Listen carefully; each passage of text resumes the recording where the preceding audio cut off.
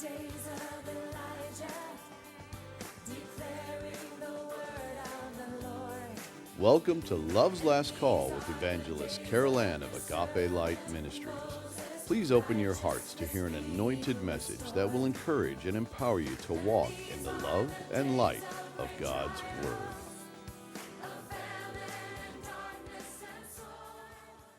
Beloved, after setting the stage for our current series in part one, we'll pick up in part two with our investigation of the first global component of the Antichrist, one world empire that we will be covering, and that is being advanced brick by global brick in revisited Tower of Babel formation, which is the governmental arm of this demonic edifice. Much of what is taking place is virtually unknown to the average citizen, even though it is hidden in plain sight, meaning that the agents of darkness do advertise their plans to some degree, but they never reveal the true intentions that are hidden behind their caring and persuasive facade. They propagate ideas and plans that they promote as being for the betterment of the world, when in fact their real agenda carries within it the complete control of the world and the people who occupy it.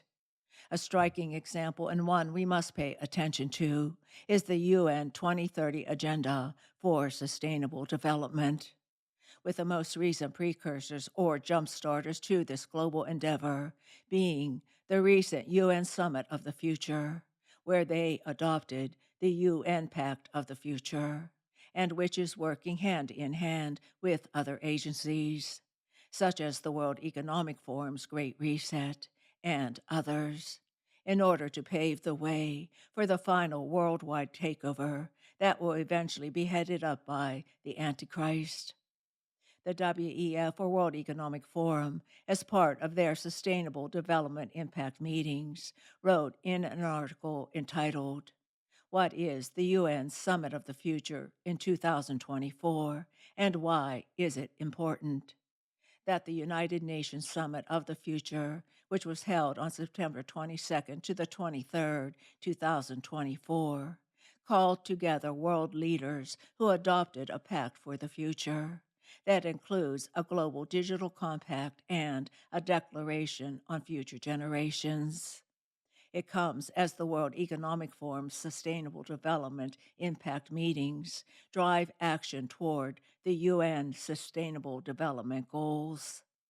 After 9 months of negotiations, world leaders have agreed on a landmark pact for the future at the UN General Assembly's Summit of the Future in New York. The pact consists of 56 actions designed to turbocharge the UN Sustainable Development Goals, but in particular to speed progress on issues around peace and security. And please do not miss that phrase, beloved, as well as global governance, climate change, digital cooperation, human rights, gender, youth, and future generations, end quote.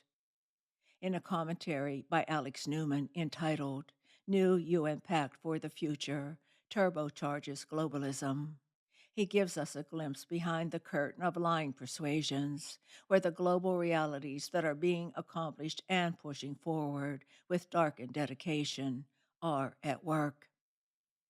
He writes, United Nations, governments, and dictators from around the world gathered in New York and adopted a sprawling agreement to expand and further empower the United Nations. The controversial declaration approved by the UN General Assembly, known as the Pact for the Future, is seen by the UN and its member governments as a great leap forward for the cause of globalism. In short, the UN is becoming UN 2.0, as top leaders of the organization put it. However, in the United States at least, lawmakers, governors, and grassroots leaders are growing increasingly restless about what they perceive as a historic power grab, putting many attendees at the UN summit on edge as Donald Trump prepares for a possible return to the White House. UN General Assembly President Philemon Yang of Cameroon claimed that The UN deal would lay the foundations for a sustainable, just, and peaceful global order for all peoples and nations. Other leaders of the organization echoed the sentiment. According to UN Secretary General Antonio Guterres, former leader of the world's preeminent alliance of socialist and communist political parties. The UN Summit of the Future represents an essential first step toward making global institutions more legitimate, effective, and fit for the world of today and tomorrow, end quote. Transforming, which really reads empowering, the UN with vast new authorities and responsibilities has been one of the major focuses of the massive gathering and is woven into the pact. We can't create a future for our grandchildren with systems built for our grandparents, continued Guterres. A line that was printed out on giant signs throughout the UN headquarters as delegates discussed reform of the powerful UN Security Council, with a goal of eventually eliminating veto power of the permanent members. The final agreement adopted at the Summit for the Future formalized those ideas with the backing of virtually every national government and dictatorship on Earth. We recognize that the multilateral system and its institutions, with the United Nations and its charter at the center, must be strengthened to keep pace with a changing world, reads the Pact for the Future, which was adopted by, in quotes, consensus that featured only token opposition from a handful of governments. The pact adds, we renew our commitment to multilateralism and international cooperation. We will transform global governance and strengthen the multilateral system, end quote.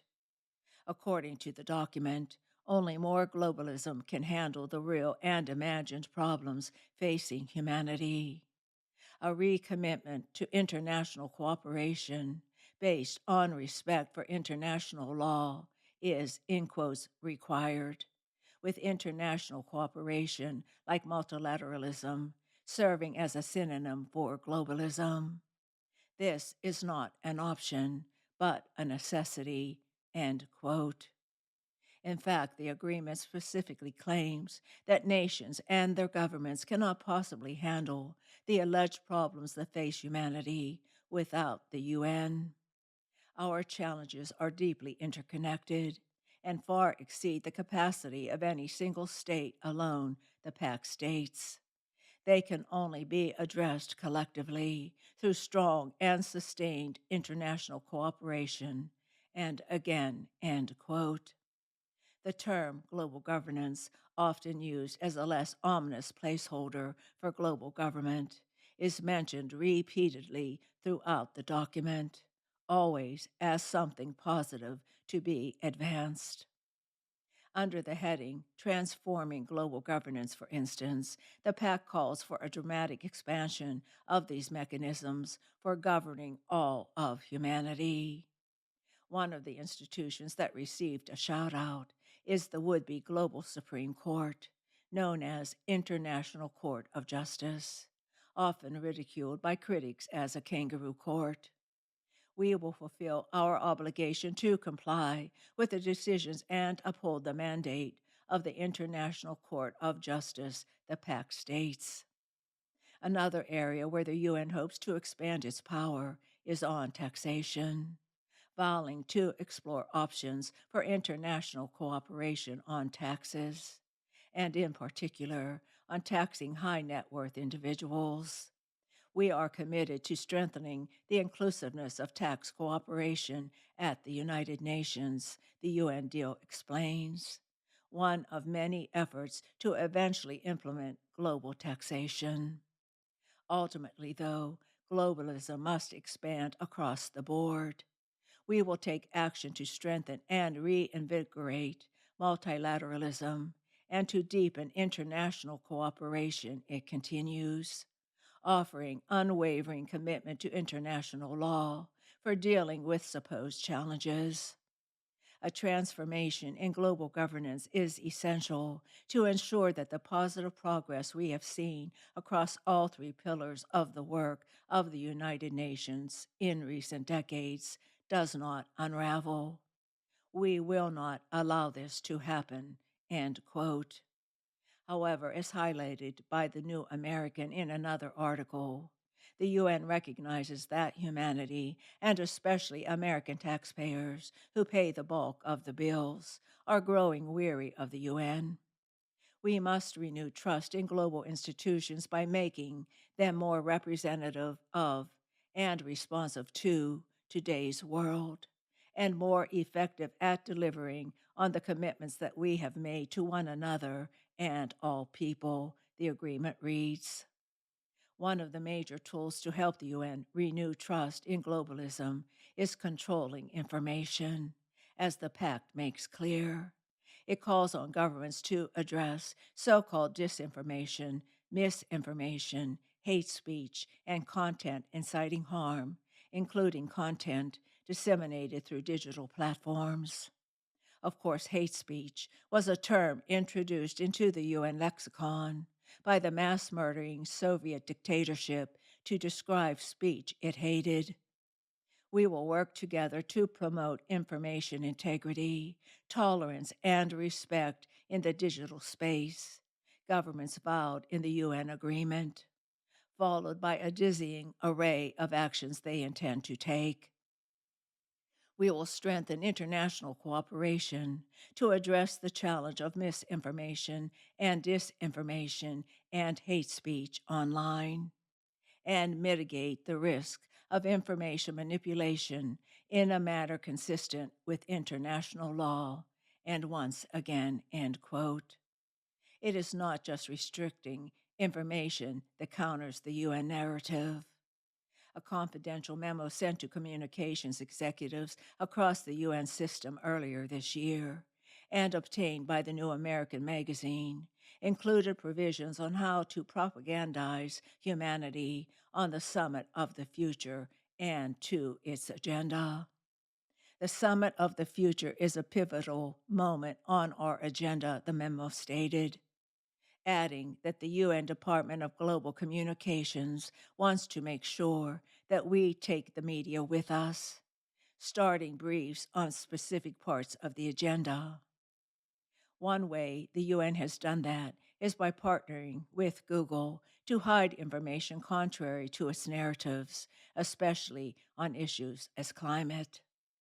One of the major power grabs in the final agreement, inked this weekend, involves the UN response to what it describes as complex global shocks.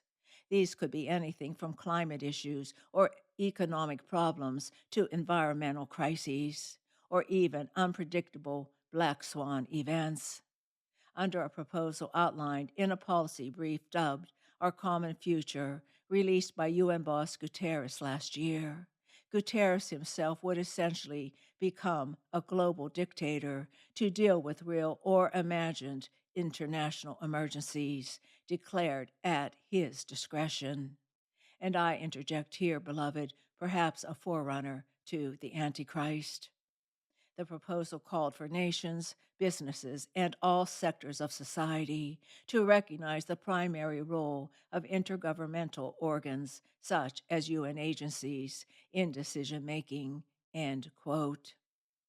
A key theme of the Pact was reaffirming commitments to previous UN agreements and schemes such as the UN Universal Declaration of Human Rights.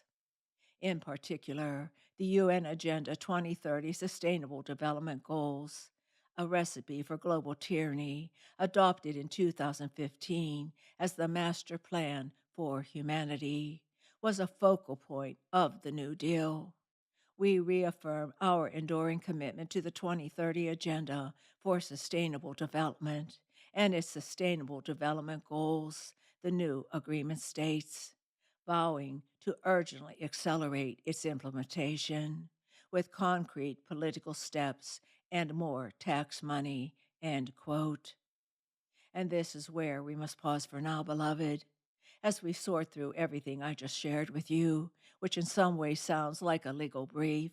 The takeaway is this: under the superficial pretenses of wanting to make this world a better and safer place for the people of Earth to live, the global elitists who are actually serving Lucifer, whether they know it or not, are working diligently toward a one world order that is eventually going to be taken over by the Antichrist and his totalitarian rule during the 7-year tribulation period, just as the prophetic word of God has alerted us will happen, and which is unfolding before our very eyes. And in our next segment, God willing, we will continue to investigate some of the other efforts taking place, such as the World Economic Forum's Great Reset, that are converging and bringing us closer to the rapture of God's true church, which, according to Scripture's outline, must happen before the tribulation period begins, with the main purpose for our exercise being to ready the people of God for the things that are taking place now and those things that are soon to happen, with the call of readiness in discernment and Holy Spirit power. And so, until next time, I leave you with Romans 13:11. And this do, knowing the time, that it is already the hour for you to awaken from sleep. For now salvation is nearer to us than when we believed. And as always, beloved, I bid you his agape. You've been listening to Love's Last Call with Evangelist Carol Ann of Agape Light Ministries. If you have a prayer request, please contact us at Agape Light Ministries, P.O. Box 6313, Chesterfield, Missouri 63006, or via our website at www.agapelightministries.com. Again, that's www.agapelightministries.com.